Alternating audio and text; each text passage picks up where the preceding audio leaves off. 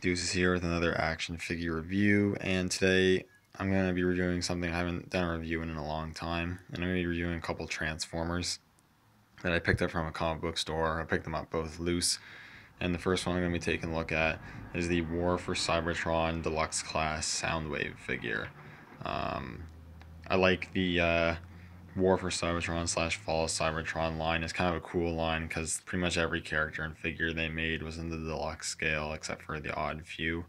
Soundwave actually did get a Fall of Cybertron release, which I had the opportunity to pick up, but I decided to pick this one up instead because the deluxe scale, he scales in better with Megatron, and then if you get the deluxe one, because the Voyager one's way too big, and I also like just the proportions and stuff a lot better on the deluxe one than on the Voyager one. Really the only thing the Voyager brings that's better than this one is I think it has a slightly better head sculpt, and he has the sort of cassette thing feature, but this one just scales a lot better with the other figures I own, so I got this one instead. We'll take a look at him in the vehicle mode first, and then I'll transform off camera. The transformation is not hard. It's not simple, but it's easy enough that you can do it without looking at the instructions. I got this loose, didn't get the instruction with him. I was able to figure it out on my own. All I had to do was really look at a reference picture online of what he looked like on vehicle mode, and I was pretty much able to get it. So this is what he looks like in vehicle mode. It's actually a really nice vehicle mode. He's this Cybertronian car, I guess. It's really cool though.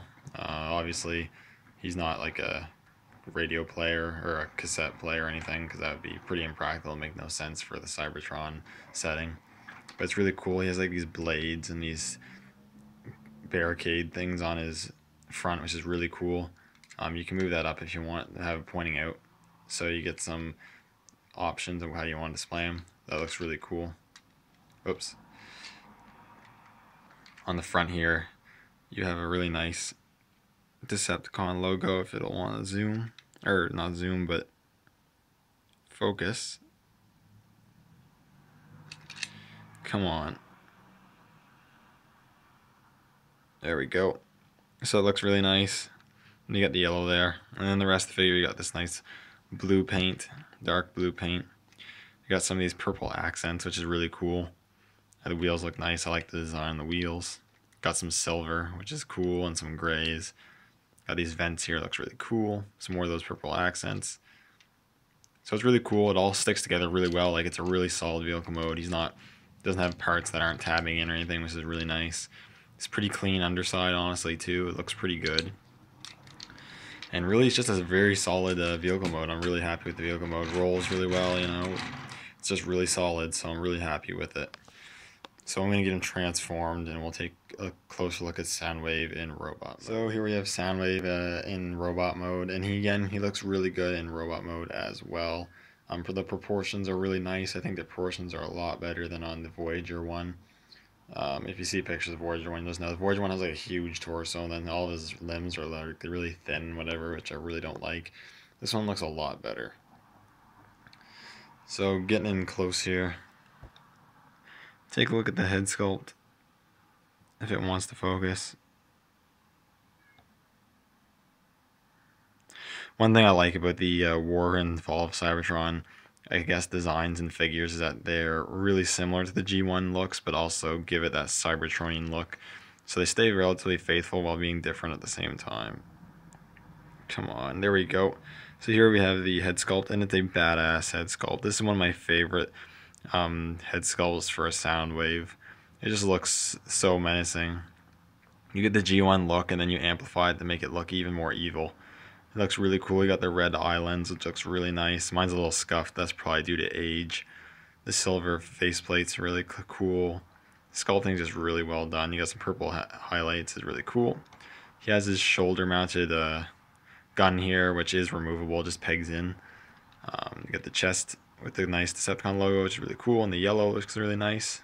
The blades here, got the shoulder plates there with the silver, which looks really nice. I like how they point up, looks really cool. Got the arms here, look pretty good. You got more of that purple highlights.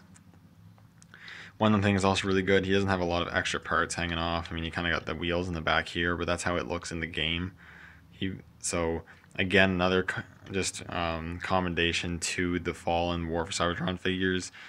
They're really able to get the sculpts and looks down without having all that extra kibble for the most part, which is really awesome. You got the matte grays here, it looks alright. You got the legs here and the feet. The feet look a little goofy, not gonna lie, they look a little big, but it's not a huge deal. Wheels look good. Just overall, really good looking robot mode. I really like this design for Soundwave. It's one of my favorite looks for him, honestly. In terms of articulation, he's really good. Again, another credit to the War and Fall for Cybertron figures. Articulation is almost always really good on these figures. So he has a swivel head, hinges at the ball joint at the shoulders, a swivel at the leg with a hinge at the elbow. Even though it's part of the transformation, technically a hinge at the wrist. I don't think he has any... No, I don't think he has any waist articulation, unfortunately, but he does have ball joints at the hips. Mine are a little loose, again, probably due to age, but they can move any which way you want. Swivel cuts at the thighs, a single hinge at the knee, and a ball joint at the foot, which does have a little bit of pivot, which is really cool. So he's really well articulated. I really like that a lot. And in terms of accessories and features, like I said, this can be removed. The gun on his shoulder, he can hold it if you want him to.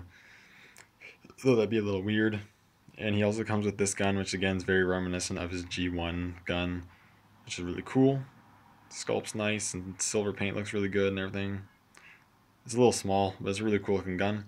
And a really cool feature that is very useful for vehicle mode is if you lift up this part here, you can actually open his chest piece like he would be, you know, firing at his cassettes or whatever. Because he doesn't have any cassettes, because this is a really small figure for that, you can actually put both his shoulder gun and his handheld gun into this little chamber here, so you can store them up. Close it up, and you can store them in his robot mode, you can store them mainly for his vehicle mode, but that's a really cool feature. I always like it when they give you weapon storage. But overall, this is a really cool Soundwave figure.